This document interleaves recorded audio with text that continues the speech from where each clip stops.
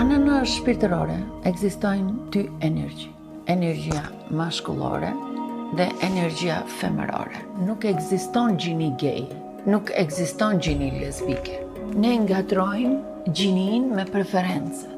Preferencat personale janë të tuat. Dhe kjo nuk përdoret nga njerëzit, po përdoret nga një lloj organizate o çfarëdo quhet ato, nuk e di unë, për të drejtat e njeriut. Për mua njeriu nuk ka të drejta, sepse njeriu ka ardhur me të drejtat. Kjo është media. Më falni media po e drejton shumë keq njerëzimin me misione jo tinjitose, po me misione që nuk sjellin çështjen e burimit, se nga vjen kjo, apo të shtrojnë një temë të bukur sepse ndihemi kështu.